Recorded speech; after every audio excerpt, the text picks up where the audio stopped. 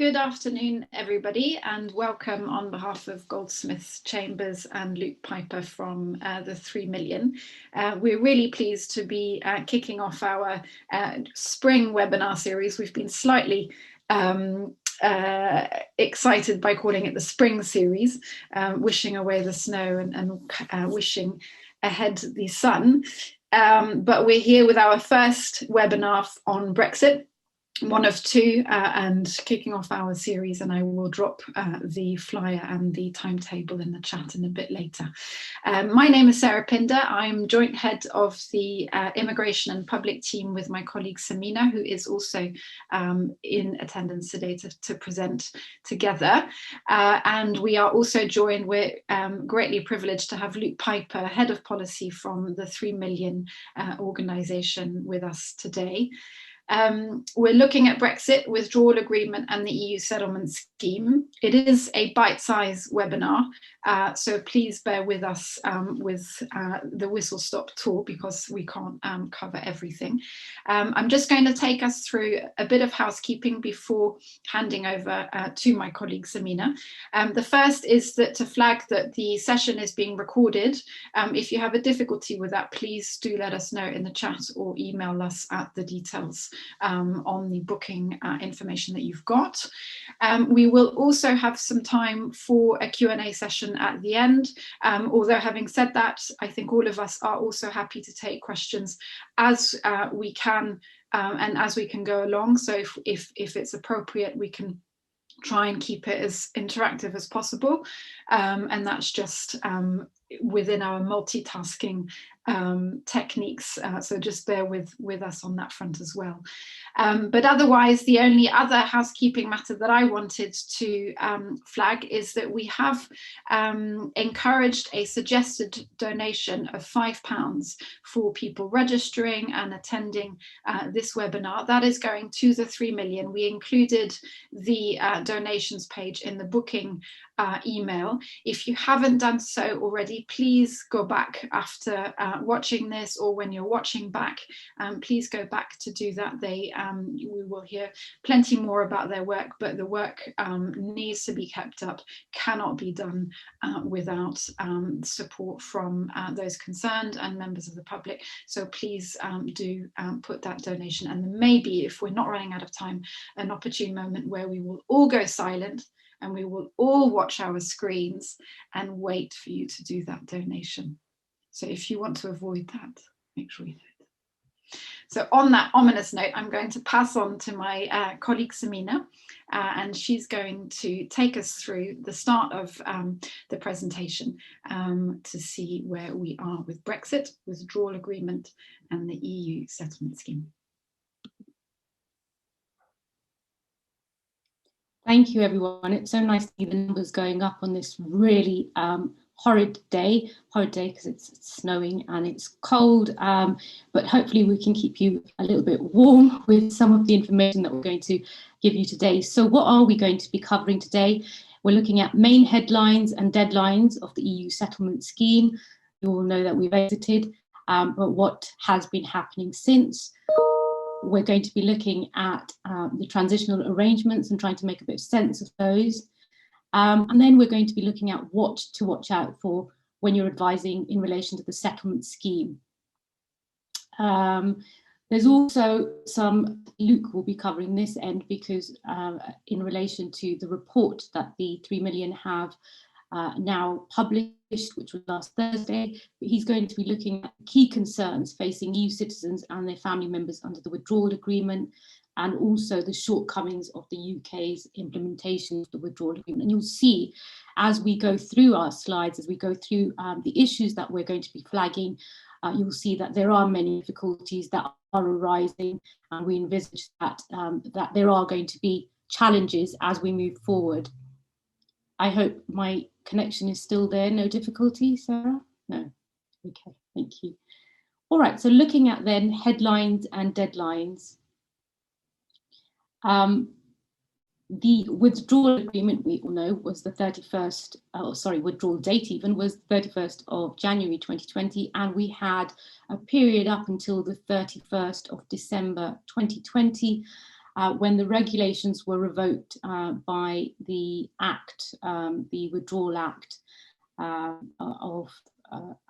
but what happened, or what was left behind, were the grace period regulations, along with other saving provisions, which Sarah will tell you more about.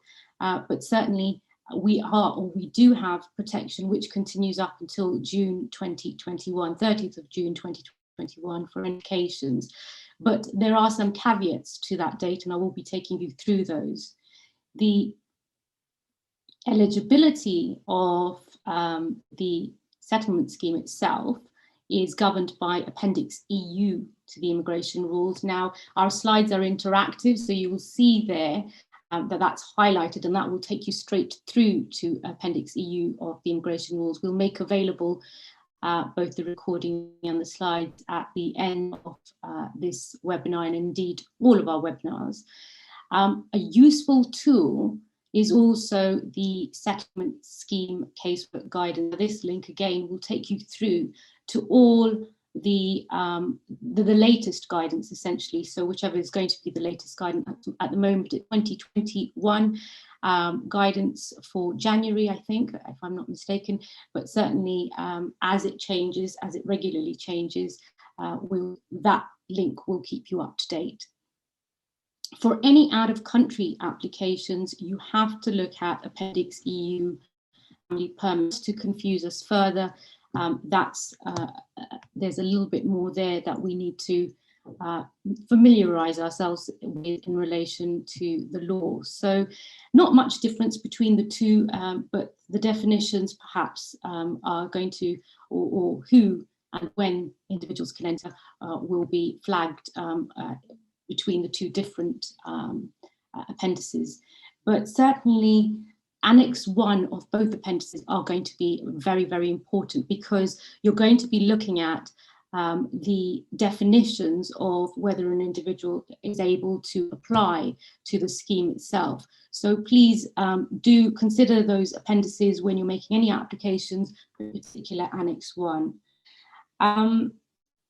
Now, of course, the focus is going to be on residence. You're going to have to demonstrate, if you are able, to demonstrate 5 years, you're entitled to settled status, or else you're going to be granted pre-settled status. If you're not happy with that, then you're going to be able to challenge that by way of admin review or appeal. And certainly watch out for our next webinar in the Brexit series, because Ajit, one of our colleagues and senior practitioner of the team, is going to be covering that aspect. Well, let's look at who needs to apply. Relevant EA citizens, certainly, and they should have applied, should have been resident here in the United Kingdom and have applied by the 31st of December 2020. So it's all those EU national countries. Ireland is also included in there, but Irish nationals don't have to apply because they're part of the common travel area. However, family members, non-EEA family members of those EU nationals are going to have to apply. And unless they are close family members, generally they're going to have had to have been residing here before the 31st of December 2020. You have individuals who have a right to reside by way of their Zambrano rights through their children's or as carers. Surinder Singh cases, that's British citizens, family members of British citizen individuals by way of Regulation 9. And I'm going to take you through some of the extended deadlines there. Have family members of dual EA British nationals. And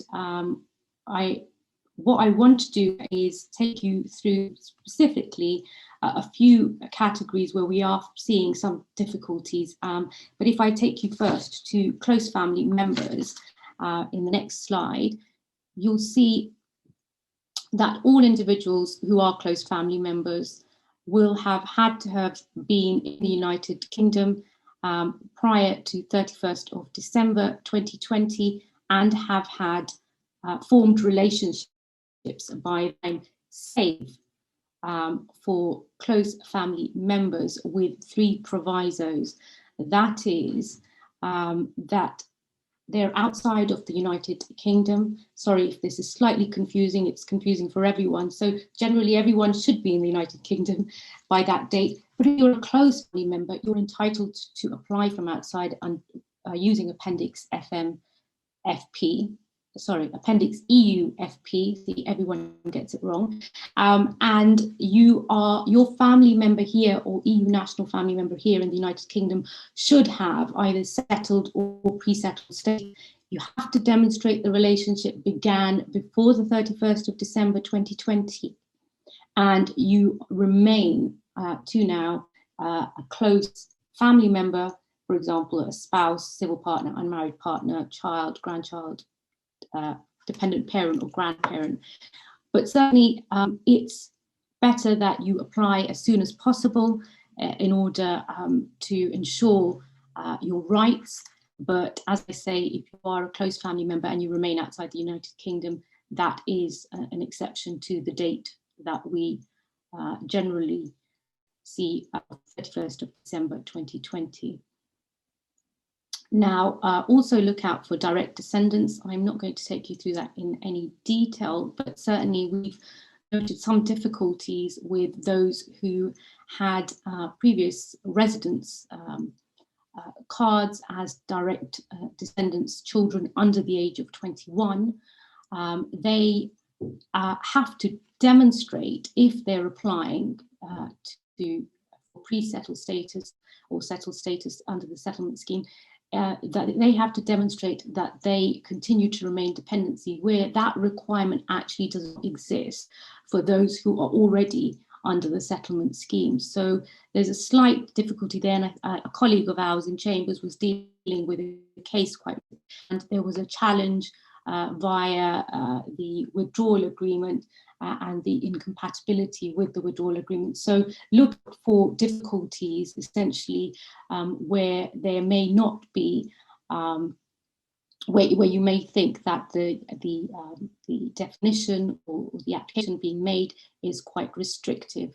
So dependent parents, that is quite straightforward. It's not necessary to continue to be dependent to keep pre-settled status in order to get settled status. Again, focus is always on residence. Now, extended family members, I think many of you may have encountered difficulties already. We are looking at individuals or the extended family members who are now part of a wider category of dependent family, dependent relatives. It's much wider limit, and it includes, for example, children of durable partners who can apply under the settlement scheme. And you have to demonstrate that you have a relevant document as proof, basically, to be able to make an application under the settlement scheme. And this should have been under the regulations. But how do these new categories within the dependent relatives, how are they going to demonstrate that? We haven't resolved that, but again, we think that there's perhaps an avenue there for challenge in relation to this restriction or the requirement to have this relevant document. I think Luke may be highlighting something with reference to aspect as well and difficulties that they've encountered. Now, if you have an application pending under the regulations and then you're granted settled status, it's better, and Sarah will take you, I think, through the case of Amari in a little bit more detail, but it's better to ensure that you pursue or you continue to pursue any right with reference to the regulations that you do have pending. So I do also want to flag up the 2 cases of Kunwar and I Bangbi, which is the last bullet point there on that slide. Both of those cases highlighted the requirement for extended family members under the regulations to have a document in order to be recognised as an extended family member, which is where we think that the requirement comes under the settlement scheme to have this relevant document. But certainly, I think things are moving quite rapidly. There are some difficulties. We're seeing difficulties with individuals who may not have been able to demonstrate or who have not applied under the regulations in time, such as durable, but to be some difficulties there. And we're going to have to be thinking a little bit more innovatively to think about how to overcome that difficulty for them being able to apply. But and certainly given the spirit and the purpose of the withdrawal agreement to be compatible with people's or EU nationals' rights, then certainly that's something to look back at when you're making any challenges. I did want to talk about, and I think I'm running slightly over, I did want to talk about a little bit more about qualifying British citizens. Sorry, Sarah, it was the next slide. And dual nationals, but I'm just going to flag up to you there that we have set it out there again, interactive slides. The dates are slightly different. They have slightly extended deadline dates, in particular where they have a relationship which, sorry, I'm just going to check that. So it's an extended family member of a qualifying British citizenship. If the relationship was before Brexit, then they would have to return to the United Kingdom by the 29th of March 2022. And I think that's because of later amendment as a result of Banja, the case of Banja, to the regulations to ensure that that was as fair as possible to extend Regulation 9 applicants, Surinder Singh applicants, essentially. It's worth looking at the guidance that I flagged up for you there.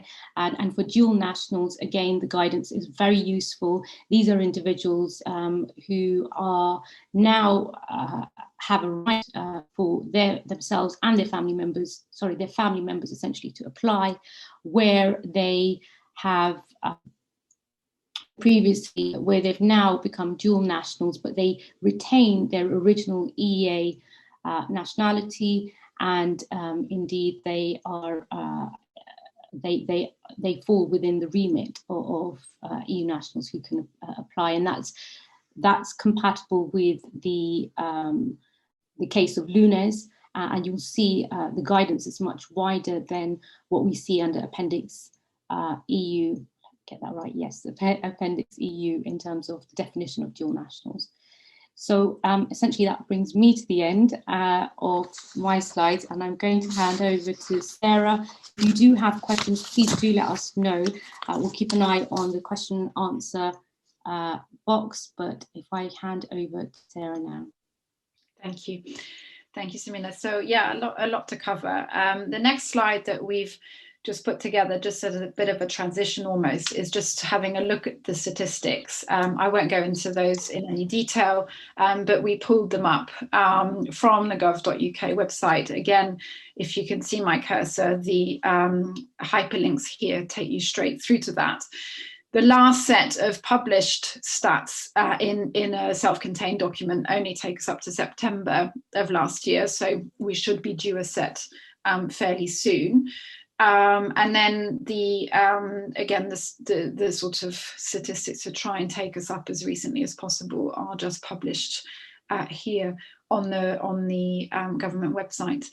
We may hear a bit more about the figures and obviously the concerns that brings about from Luke, but certainly what we would flag is really just keep an eye on obviously members of your community, members, your client pool base as practitioners, in terms of that awareness to apply, and we'll hear much more about that from Luke, because the figures here, although they look fairly large, the concern previously with the statistics were that those could include repeated applications, so several applications from the same person, because obviously there might have been an issue with attempt number 1 and so forth. So the figures themselves in terms of the applications don't necessarily correlate to the number of persons that are sorted as so to speak, as far as status is concerned. But yeah, just if you like statistics, which I certainly do, have a delve in that. And otherwise, just another kind of flagging slide here, just a bit more about the application process. You could do really a whole webinar on the actual application process, the difficulties that are encountered, you know, the things that you need to watch out for, different things to do for different persons if you're lacking ID cards, that sort of thing. But just for today's purposes, it's a bit of a flag. You've already heard from Samina with regards to the focus being on residence. So that is a plus side in the sense that it's arguably slightly more generous than perhaps showing an exercise of treaty rights and putting yourself into those different boxes.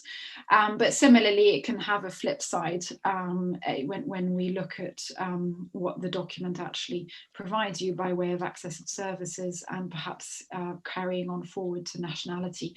But we'll postpone that for a short moment for a later slide. Otherwise, the process, just the two other things to flag really is it's an online application through with the mobile app as well, again except one particular category which I for shorthand just use the Surinder Singh, the last slide that you just looked at with Samina, in terms of British nationals returning from the EU. Plenty of guidance if you lack an ID card. You may have to show why you do so, what attempts you've made to get an ID card, and there's also COVID specific guidance to engage with if that's relevant. Delays in application process, something I think Luke is going to flag as part of, excuse me, the 3 million report. But again, in terms of practice and what we might be able to do about that from a legal point of view, we will try and flag if it's not sufficiently covered at the end of this talk in a future webinar as part of our series. And then again, no physical document issued to EEA nationals to prove that pre-settled or that settled status. So that's a big issue. Again, we'll hear more about that.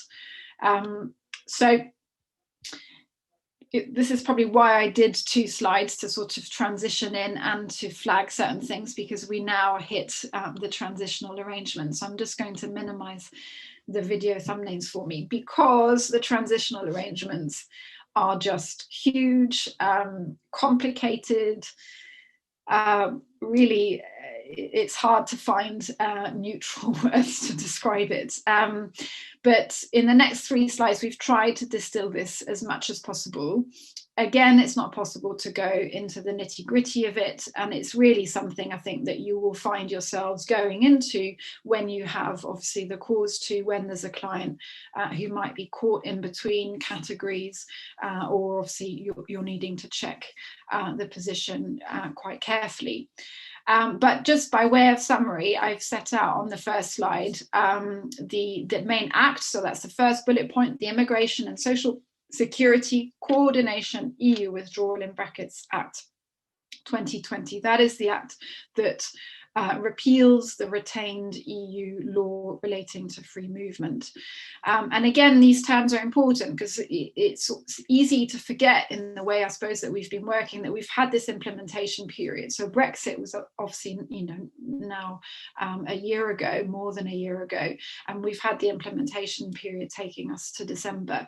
So it's happened in stages, and then we've had a bit of a whammy in terms of the legislation coming in to take us from the 1st of January of this year. There are no commencement regulations, commencement orders, which wouldn't tend to happen anyway, but they've obviously followed suit around the same time. And there are no saving provisions in the Act themselves. So really the Act in the first bullet point that you've got there, you may not have to engage with very much. Second bullet point, you come to, I'm not even going to read that out because it's too long, but you come to what's become known as the consequential regulations, also the EEA transitional regulations for shorthand. Those regulations together with immigration, nationality and asylum EU exit regulations. Those are really the two sets of regulations that have preserved certain parts of the EEA regulations 2016. So the ones, again, that we knew inside out and had been operating with while the UK was a member of the EU for free movement purposes. But then you still have further sets of regulations that need to be headlined, really. So you've got the EA transitional regulations, and really there it's only Schedule 3 that deals with immigration, and we'll turn into the next slide on that in a bit more detail. And we have highlighted here Schedule 4, not strictly on immigration, but nonetheless you may have the need to go into that, particularly for those clients that will have linked issues to their immigration status in terms of access to social security, access to benefits, access to services. So those two schedules are worth, again, just sort of signposting somewhere, having on your radar, and you can go back to that if you need to. Then we have the citizens' rights temporary protection regulations. So this is the bullet point with the grace period next to it. So again, shorthand have become known as the grace period regulations. So this regulates the status of those who have not yet applied under the EU settlement scheme, but who can and can do so up until June 2021. So again, it's quite clear that it's a temporary protection. It's a grace period. If you remember, that arose from the campaigns to extend the deadline, or in fact to actually not have a deadline, but it resulted in the deadline being extended rather than being scrapped altogether, and takes us to June 2021. So that is if you're in need of checks in terms of the legislation, the applicable provisions. For those who are in that grace period, who haven't yet applied but can do so, that's the sets of regulations that you need to go to. And then lastly, but perhaps less immediate in importance, it's obviously very important when those cases arise, but perhaps less immediate for our purposes as lawyers advising, obviously, those who need to fit themselves in within the EU settlement scheme, those who need to obviously sort family members. That's going to be your really immediate need, we suspect. And so you'll have less need for these regulations. These are the citizens' rights, restrictions of rights of entry and residence, EU exit regulations, effectively covering deportations and bringing back the sort of old style deports applicable to EU nationals and their family members. So that's a whistle-stop tour of just really headlining those pieces of legislation, what they cover, and I'm going to just look at that in a bit more detail in the next slide. But it's all caveated with the exceptions that you will have other aspects to delve in if you are within the category that Samina flagged, and you've got a longer deadline, for example, to March 2022, if you're a family member of a qualifying British citizen, for example, returning to the UK. So you've then got obviously different timescales that apply there. In the next slide, it's really a continuation of the one that we've just looked at. I just wanted to highlight, again, none of these statutory instruments preserve all of the 2016 regulations, and that's what certainly we took home when preparing for this webinar, and have had the need to delve into this into more detail since the 1st of January. So you can't find everything in one place, and there are elements of the 2016 regulations that aren't preserved. And again, each statutory instrument preserves a different set, and to complicate matters further, different provisions are preserved for social security purposes as opposed to immigration. So for example, in those transitional regulations, you've got Schedule 3 for immigration, Schedule 4 for social security, and sometimes there are sort of overlaps that don't match. So derivative rights, for example, have been preserved either for social security, not for immigration, or the other way around. So it's really important to, again, if you have those niche cases or those cases that don't come up quite as often, you need to look at it very carefully. The two that, as mentioned, the two sets of regulations that will have you that you will have most cause to turn to, as I mentioned, is EEA transitional regulations. So Schedule 3 for immigration. Deportation and exclusion orders, so they're covered there in terms of the transitional arrangements that might have been issued under the regulations and how that applies now. Pending applications for documentation under the EEA regulations 2016. So if you've made an application before the 31st of December 2020 and that application is still pending, so that's where those sort of transitional and saving provisions are. And similarly, the existing appeal rights and existing appeals. So again, a pending appeal under the regs continues. So that those saving provisions are fairly seamless as far as we can tell.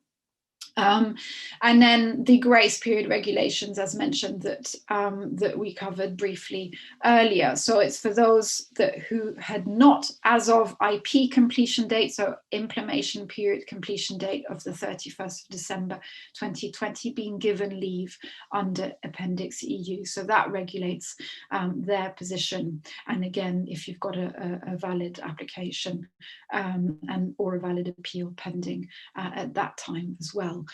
Deports, as mentioned, that's for the third one, the restrictions of rights of entry and residence regulations, and you can turn to that if you need to. What is clear as a flag, we will try and cover the position for extended family members in more detail, in particular for durable partners as well, in the next installments of our Brexit series. But what is clear is that there are no saving provisions for extended family members who did not apply under the 2016 regulations before the implementation period completion date. So if you haven't got an application pending under the regulations for that relevant document to confirm your relationship as an extended family members, it's essentially too late. It's difficult, and so we need to then explore what challenges there may be on a wider level than obviously just leaving that be. So the last slide in terms of the transitional arrangements is just to highlight the really the sort of interaction between the regulations and pending matters under that and switching to the EU settlement scheme, because there may be some decisions to make as to whether to pursue that, particularly if clients are facing costs and so forth. There are advantages. The transitional arrangements that I've taken you through already confirms what is retained in terms of appeal rights and so forth, but already we've had a case in the upper tribunal confirm the transitional arrangements, and that was last year with the case of Amari, EEA appeals abandonment in Tunisia 2020. So this was effectively the scenario which we will probably see more and more. There was a pending appeal under the regulations and there was a grant. So the appellant had in parallel applied under the EU settlement scheme and had been granted, I think, pre-settled status, if I remember correctly, under the EU settlement scheme. And it was argued, I think, by the Secretary of State that that grant of pre-settled status actually had the automatic effect of abandoning the regs appeal, as we sometimes see, as you can see from the head note in that slide, as we can sometimes see with leave granted under the immigration rules in an appeal that arose from an application of the rules. But Amari confirmed that that isn't the case, and the head note that you've got in the slide there quite nicely sums up the rationale as to why that is the case. But it basically follows, and you have this at the third point here, it follows that a grant of leave to remain following an application under the USS does not result in an appeal against an EA decision brought under the regs being treated as abandoned. And so there's two really thoughts as to why this matters. The first is, if you, for example, are an extended family member, you will need perhaps that relevant document to be confirmed, and you may therefore not want to abandon your regs appeal. But secondly, taking a bit further on in the future, confirmation of your right to reside, of your exercise of treaty rights under the regulations, may become very useful when you come to applying for citizenship, because at the moment, pre-settled status and 5 years of having that, or settled status, is not necessarily in certain categories being taken as you being residing here lawfully for the purposes of citizenship applications, thinking CSI cases, if you didn't have any insurance and so forth. So there may be advantages. So it's important to have the eye on the horizon, the eye on the sort of longer term, when we're making sense of all of this. And really, just to finish up my slot, as we're running on a bit, we just wanted to highlight really just a bit on the impacts of other areas. So we've highlighted again the way that provisions have been saved or transitions, transposed differently in immigration and social security. We've had the case of Fratilla. So it went to the Court of Appeal, judgment was in December. That was looking at whether the grant of pre-settled status is in itself confirmation of a EA national's right to reside for benefits purposes. And so there were discrimination arguments, there were a lot of analysis in terms of the relevant social security provisions and the right to reside test. So one to watch out for, because no doubt there's going to be more problems in practice that are going to arise with the way that this has all been put into place, but also it's likely that the case is going to go up to the Supreme Court as well. And just three further flags. Likely to be other challenges on discrimination. I think it's important, we think it's important to have that eye again on whether any of this is discriminatory, and whether there can be challenges on that basis. JCWI, here you have with the link, have got a campaign going there, so keep an eye on that. Digital document campaign, we will hear from Luke perhaps a bit later on this, and just a flag on the new third country rules. So Dublin regulations no longer being there, and all sorts of new regimes coming in when it relates to asylum claims and asylum seekers passing through other third countries. And so for that flag, I will gladly hand over to, I think, Jamil and Sarah Anzani, Jamil Danji and Sarah Anzani, presenting on this topic later in March. So that's it from me. I hope that's not too much of a whistle stop, but enough of a flag to get you going on the transitions. And so Luke, we hand over to you. Thanks very much, Sarah, and thank you to both of you for inviting me today. I'm conscious of time, and I usually can talk for 10 minutes to what I'm going to talk about today. So I'm assuming that continues to be okay, and I don't mind if we run over a bit, but I appreciate other people have probably got somewhere else that they need to be. But so I'll continue unhindered. So as Sarah said, so my name's Luke Piper. I lead the policy and advocacy response at the not-for-profit organisation, the 3 Million. Prior to taking this position, I practiced as a solicitor, specialising in public law with a particular emphasis on UK immigration and EU law. So I understand the sufferings of the majority of people who are here today. But what I've been asked to come and speak about today is the challenges that we foresee as an organisation for those EU citizens that we represent at the 3 million. For those who aren't familiar with our materials, we try to combine our work of giving the voice to EU citizens in the political and legal arena as best as we can. But we also try to do that with a very clear analytical point of view of the workings of what's going on with the Withdrawal Agreement and essentially the implementation of rights for EU citizens in the UK. With that in mind, we prepared some submissions to the Independent Monitoring Authority. So for those of you not in the know, and I think it's important just to briefly nod to what the IMA is.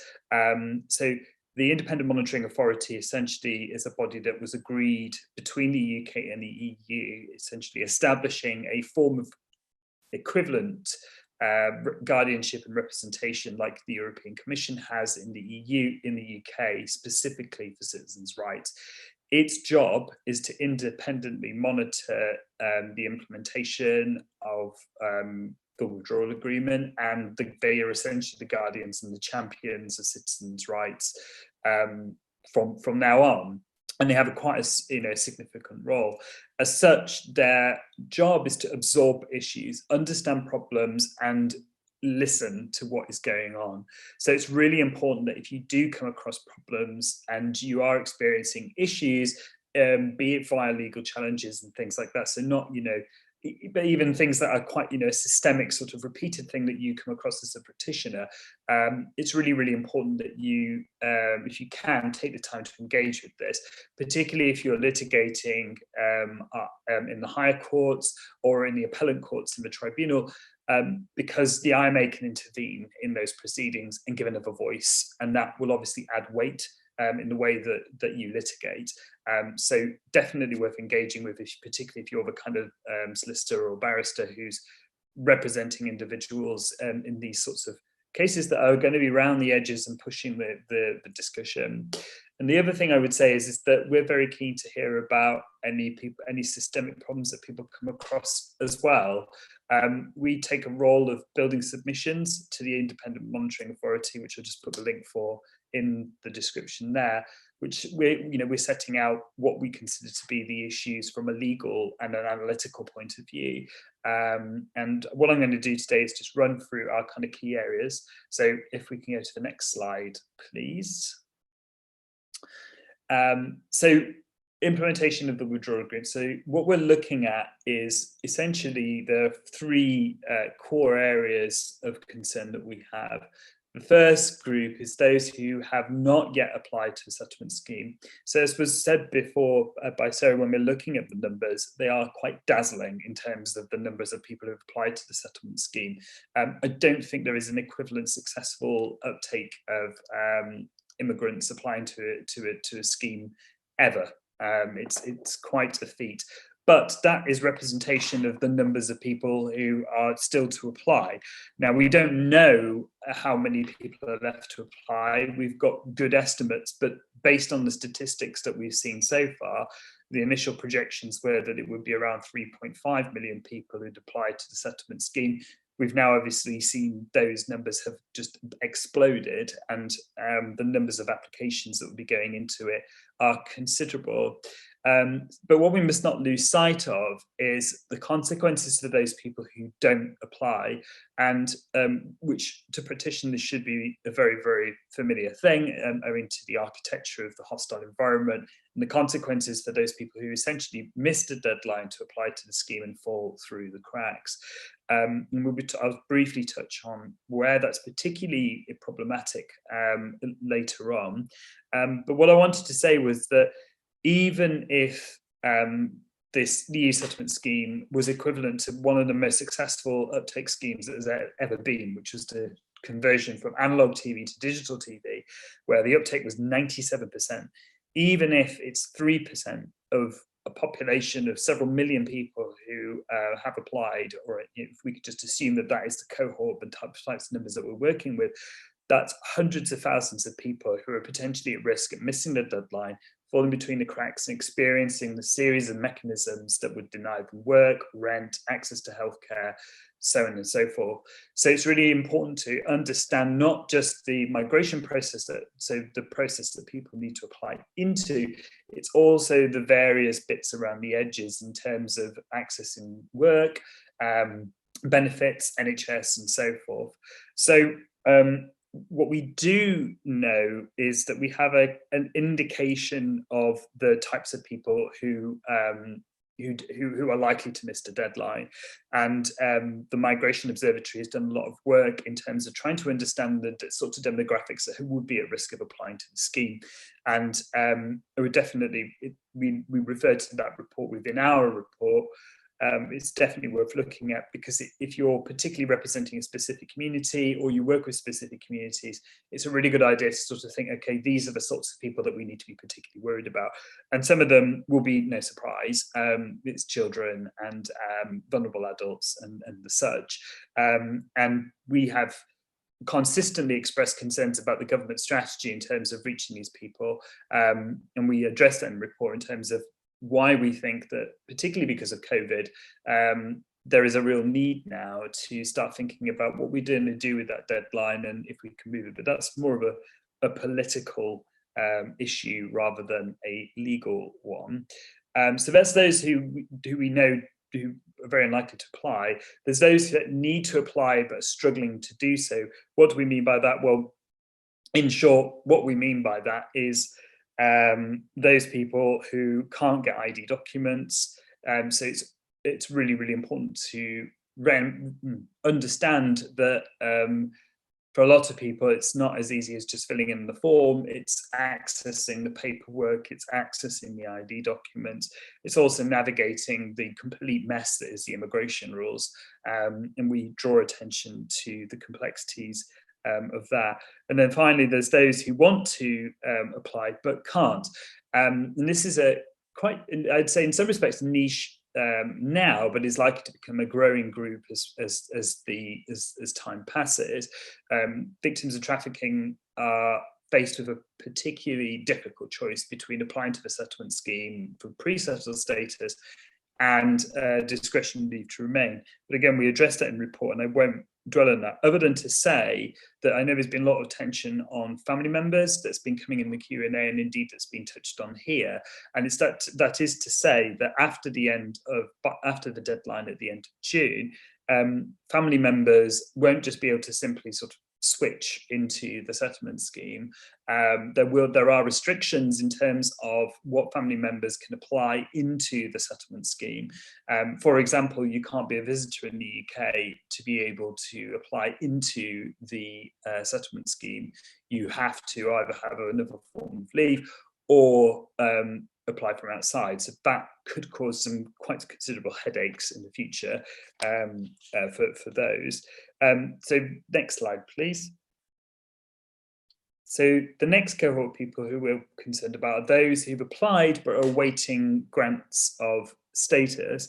So the backlog at present, when I last checked, was over 390,000 applications. That's 390,000 people who are waiting for a decision on their application.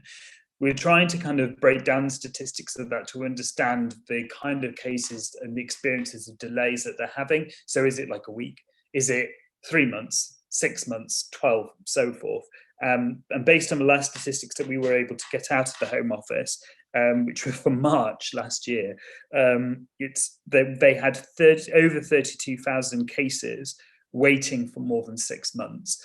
Now, there's potential legal remedies that I understand that can be pursued to expedite applications that fall into that particular set of circumstances, but it's worth noting that rights for people with pending applications are considerably varied and not equal at all. Just by having an application with the settlement scheme, if you're an EU citizen, does not mean that you will have equal access to things like social security welfare benefits and homelessness support, for example. And we map out in our report the particular groups that are likely to be at risk. In Appendix 2, there's a chart that you can take some time with looking at, which sets out how the regulations are currently structured and how they exclude people with pending applications. And what's vitally important is to understand that after the deadline, so those that apply late after the deadline, if even at the point when they submit their application, they don't have any rights until a final decision is made on that application. Now, if somebody has a complicated case, or their application is erroneously refused and they're coursing their way through the appeals process, they will not have a legal basis to be in the UK until a decision is made. It bars them from work and so on and so forth. So it's the presumption is that for some people is that they would have I think it's section 3C rights, if I'm remembering it rightly. But that is not the case. And we argue that is in direct contravention with 18.3 of the Withdrawal Agreement. You don't have to be a lawyer to read 18.3 of the Withdrawal Agreement to see that the government have got this very wrong. And interestingly, there are healthcare provisions that were tabled and passed at the end of the year relating to the NHS charging regulations, which completely contradict the consequential regulations that Sarah was just referring to earlier, which do give rights to people to access free healthcare whilst their applications are pending when they've submitted it after the grace period. But for everything else, work, rent, all the rest of it, no. So there's something very, very wrong there. And so that's just something to highlight and to note, is that there is this particular tension. Whether this will get resolved through political mechanics or whether this will get resolved through the Independent Monitoring Authority or our work remains to be seen. But I suspect that there will be people who will be looking at challenges of this if this issue doesn't go away. So next slide. So the final cohort of people we're worried about are those who've been granted the status itself. And one of our central concerns is around how people are able to access and prove their status. So fundamentally, not all status is equal. The rights that a person has with settled status and pre-settled status are different. And the barriers facing those with pre-settled status to access and enforce their equal treatment rights is different. And that goes back to what the Fratilla case it was talking about, which Sarah was referring to earlier. Now, unfortunately, Fratilla was applying the EU law acquis as it was up until the end of the year. So the High Court and the Court of Appeal haven't necessarily considered the situation as it would be under the Withdrawal Agreement. So it's very likely that the government will argue, well, Fratilla is historic. Even if we win in the Supreme Court, which is very unlikely, I agree with Sarah, I think it's very likely that the government will succeed in getting that case heard in the Supreme Court. But that is unlikely to be heard in the new year, 2022. You're still going to have this large cohort of people who've got pre-settled status who are unable to access treatment, access welfare benefits, homeless services, and so forth, until that issue is resolved.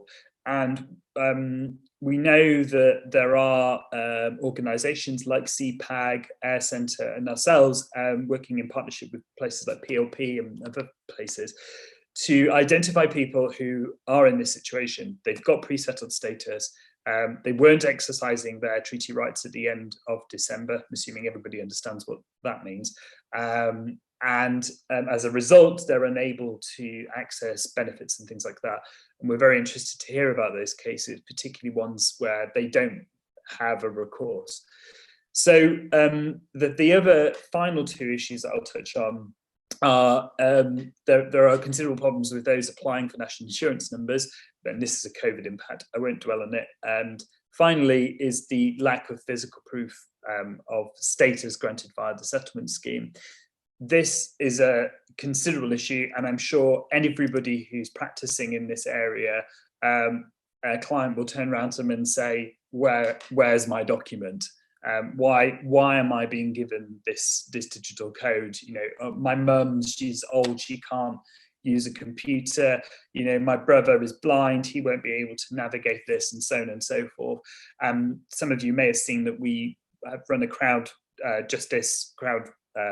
funding thing, which I'll post a link for later, where we've raised money to essentially pursue a judicial review of the government's decision to go with a digital-only policy, relying on Equalities Act arguments, which I won't go into in too much detail. So we'll go to the final slide now, before we roll into Q&A. So we made a series of recommendations, but these recommendations, I feel like they encapsulate really some of the legal problems that you need to watch out for. Ultimately, we need legislative reform to meet the commitments set on the Withdrawal Agreement, that 18.3 point being the most obvious, but there's a litany of them as set out in our report. You may find things in there that may be helpful when you're thinking about case planning and things like that. The second thing is those organisations who are working on the front line helping these vulnerable people need secure funding for the long term. There's absolutely no point if there's no organisations to support people who are submitting late applications. Thirdly, we need better intelligence, and that's where the IMA will hopefully come in, but with the government's intelligence is pretty weak. And we asked for the deadline to be extended to accommodate the information deficit and the impact of the pandemic, as well as fixing the problems currently associated with digital-only approach. So I think I did that just over 10 minutes. So I will pass back to Sarah and Samina so we can move on to the Q&A portion. Thank you, Luke. And it's no easy feat, and we didn't help you by overrunning each Okay. in turn. So thank you, Luke. That's really helpful, and it's so helpful to have your point of view in terms of having that wider view from the community, from those affected, and obviously taking that further forward in a huge piece of work with the report. So yeah, we're very, very pleased to be able to have you on our webinar with us. But I'll just hand over briefly to Samina, and then we will go to Q&A, because we're just going to flag a few other things and then Q&A. Thank you. So again, Luke, my thanks as well. I think you've shown us, or hopefully some of our audience, that the issues are much wider, and I'm sure a lot of people who are applying for the settlement scheme are finding those difficulties. So if you are, please do take it back to 3 million. There is a page where you can report difficulties, or you can just join up with the campaigns and so on, or see what's happening there and what your routes are in terms of, or any further action that needs to be taken in your case or your client's case. So shall we go to questions first? Before we do go to questions, Sarah, just looking at the slide there, we have a couple of more webinars coming up on these issues. If there's anything specific that you'd like us to flag up, please do let us know. The link is there in the last slide that will come out. We will be looking at delay, as Sarah's set out there, and other COVID-related issues and absences from the UK. And, of course, some of the questions that everyone has set out are quite detailed and quite specific in relation to the issues that are being raised. So it may not be possible to answer all of them today. We will certainly try and answer some of them in a more general form. And please do contact us for any further issues in relation to specific advice that you would like. And before I do go to questions, one other thing that I would like to flag up is that our Chambers is at the forefront in relation to these issues. I've mentioned colleagues dealing with specific cases and finding challenges to the withdrawal agreement or challenges to the settlements via the withdrawal agreement and what it says. But we also have members of our Chambers who have been dealing with regulations, EA regulations. Sana Sefulahi, our head of Chambers, who took Banja all the way up to the CGEU. And we also have Alexis here. Alexis Slatter, who we've been talking about his case. Amari, Sarah and I both flagged that up, and that was his case. So certainly members of Chambers have been dealing and are familiar with issues in relation to the EEA nationals and the difficulties that continue to arise for them. So Sarah, just going to questions, I think you can stop sharing so that Yeah. we can all... Yeah, I'll stop sharing, and then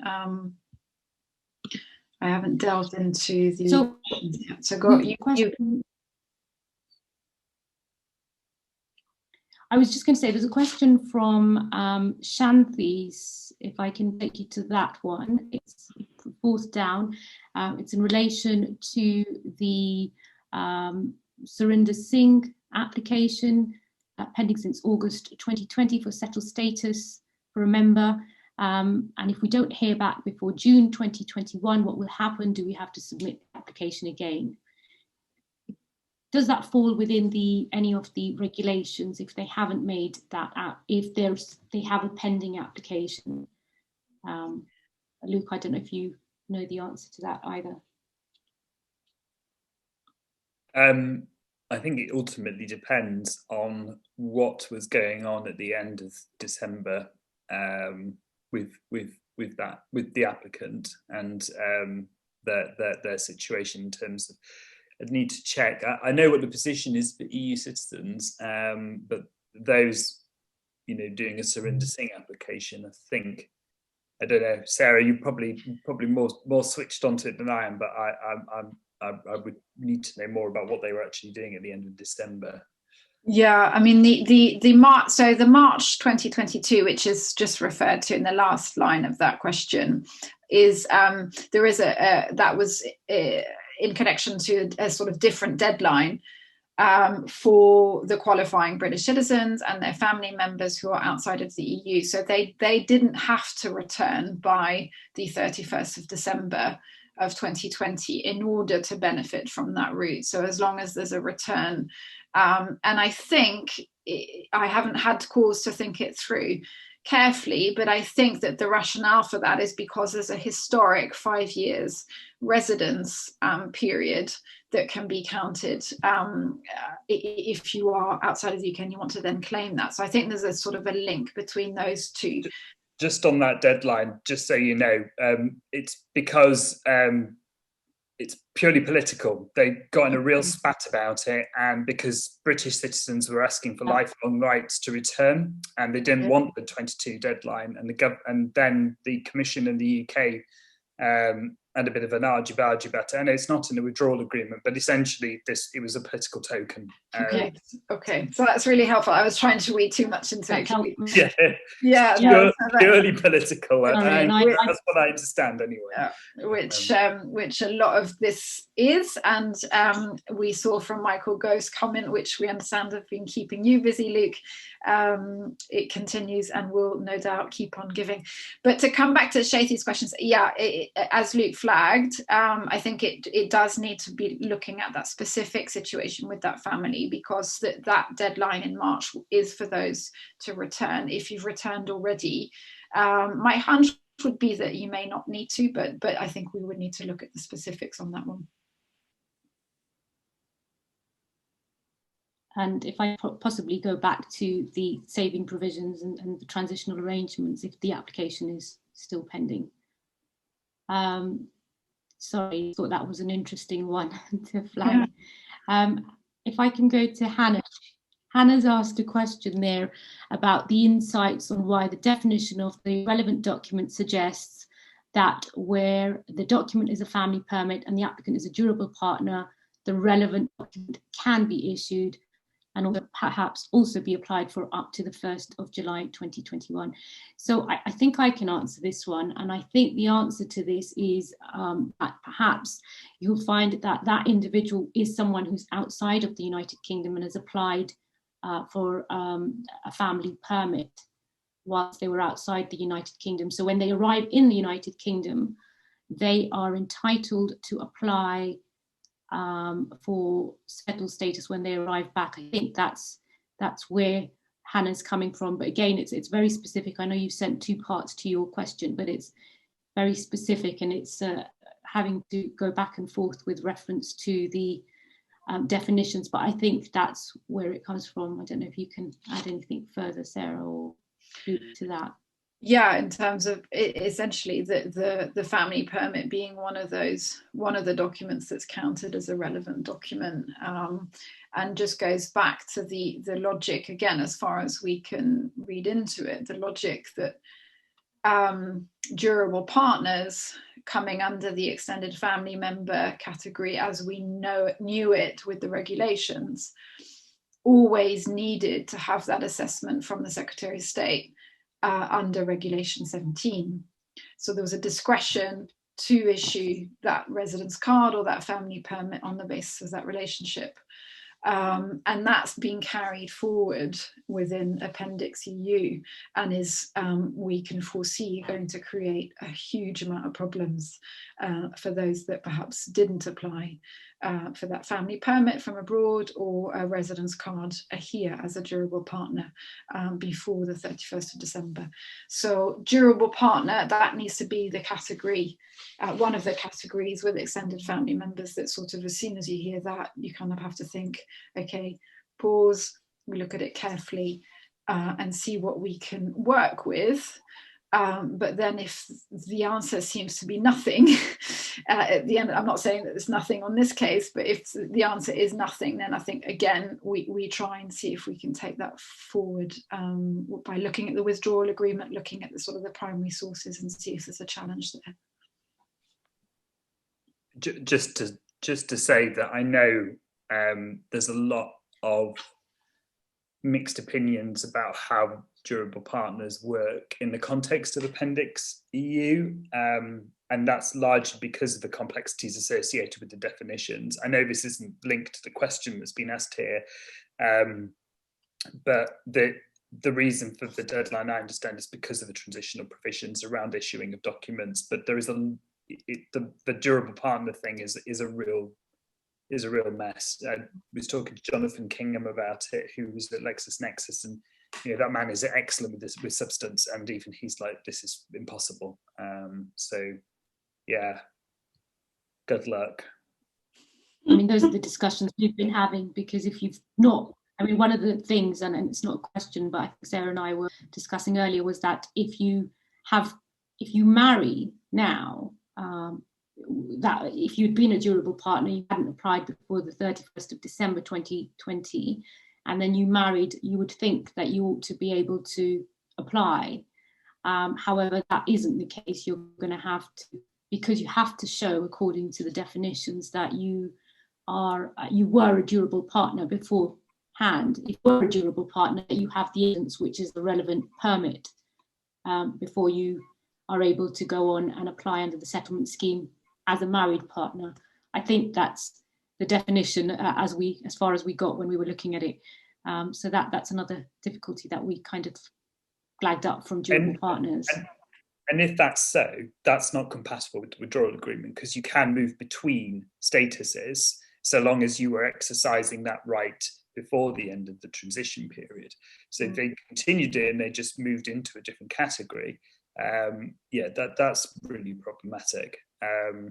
But it's all these twists and turns in the rules. They are appallingly written. Yeah. I wonder if we can take, we're going to need to wrap up soon, but take the question of Ewa Dunn and perhaps just linking that into Luke and the work of the 3 million. So the question is, what about applicants who were initially granted pre-settled status once they completed the required 5-year residence period? Do they need to apply for status all over again, or what procedure will apply?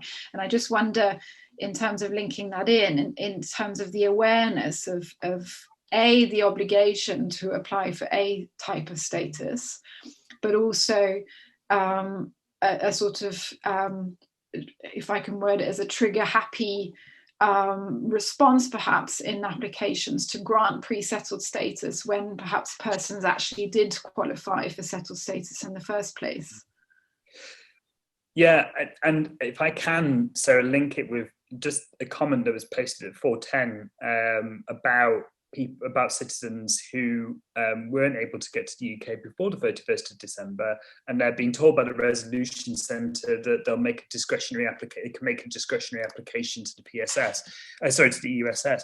which is just, of course, nonsense. But this is the problem, is that people are being generally fed misinformation about what they're entitled to and how they're entitled to it. And this issue relating transitioning from pre-settled to settled status is a serious issue. We have one hard deadline, which is the end of June. But what then will follow will be over 2 million separate deadlines scattered across the plethora of people's calendars around when their statuses expire, and before which they need to apply for settled status. Now, whilst that's quite obvious to a lot of practitioners, it certainly will not be obvious to the Joe public who've never had to engage with the Home Office infrastructure. And the decision letters, I would say, are less than clear on this matter. So you're encountering a problem here. If people don't apply, then obviously we know what the effects of that will be. They'll go over the edge of a cliff, and then they'll fall into the problems of the hostile environment. But there's also the issue of people retaining their right to settled status. They may leave the country and break their continuity of residence, which will then diminish their ability to apply for settled status in the future. And there's a real, I believe, from my reading of the Withdrawal Agreement, I don't believe that the UK government can create this consequential culture for people whose status expires. I don't think the Withdrawal Agreement says, I'm not seen anywhere in the Withdrawal Agreement where it says your status expiring or your document expiring means that you essentially you face, life-altering situations. And I'm prepared to be persuaded otherwise, but I don't see where it says that in the Withdrawal Agreement. And I think the government have got a big problem on their hands there, because that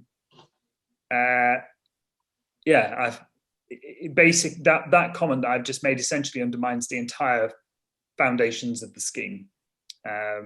Because I'm basically saying that people shouldn't have been given leave to remain. They should have been given some other kind of immigration status. So, long story short, yes, you do need to apply for settled status when you qualify. But yeah, there's some serious problems about that. Yeah, and it goes back to what was the case.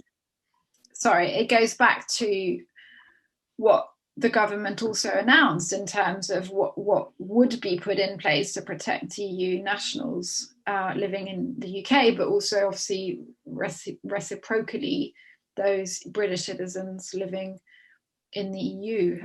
So withdrawal agreement, what it says in black and white there, but also what they're supposed to have been putting into implementation as well. But yeah, no, it's, yeah.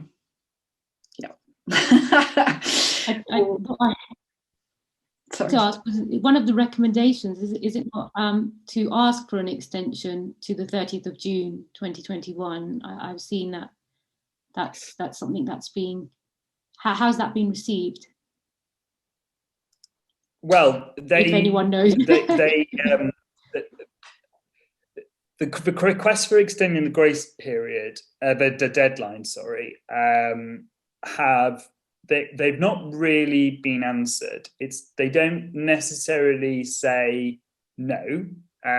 They say we're doing amazing work. It's going really, really well. If people apply late, it will be fine. Blah blah blah. They don't say no, we won't do it. So, read into that what you will. But I think since we published the report, we've yet to have an actual response from the government. To be fair, we only published it last week on Thursday. So, but we are joining a chorus of other people who are saying publicly and privately, we need more time. And it's not just the civil society and practitioners who are saying it. It's, as I understand, there are local authorities who are also saying it, because they recognise the burden that the burden will fall on them to those people who don't get their status in time. So,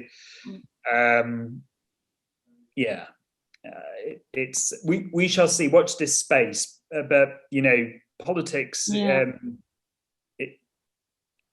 yeah, I'm very conscious that the UK and the EU are not on the best of terms right now because of the vaccine wars, or whatever you want to call them. The one of the greatest anxieties I have as an advocate for EU citizens is that we will be turned into bargaining chips once more. I am very, very acutely conscious of that, and that I would say is politically is one of my main worries, is if the weaponising of people again, because that's what happened with Brexit, and that's what happened with the Withdrawal Agreement. I fear that we may see a resurgence of that narrative. Yeah, Don't ever bring me on to things. I'm very bleak, very bleak. No, and you touched on the local authority and the problems that they're going to be having. We're looking at the local authority and children specifically. One of our colleagues, Bronwyn Jones, will be looking at that on Thursday. And the status for them. So hopefully, there's something that can be done. There, that's safeguarding is needed for children, particularly those in care. But I think things are difficult at the moment, and I think that we're seeing that more as time goes on, and we make these applications, or we're making the second set of applications, and so on. But as we say to everyone who's joined us today, please do watch this space, and we'll try and bring you information as we can. Our Brexit series will continue, and we are back with Luke essentially on the 16th of February. So Luke, you're welcome again to us. I'm sorry that we haven't been able to answer everyone's questions, but I think that we are going to have to wrap up now. And please do email us if you have any specific matters that you would like us to specifically address, categories wise, or anything else at the next Brexit webinar, where we will be joined with one of our other team members, Amajit, and we'll be bringing you, we've already set out what we will be bringing you in terms of more Brexit. We hope it's not all too bleak, but we're getting there. Thank you. Thank you. Thank you, everyone. Thank you.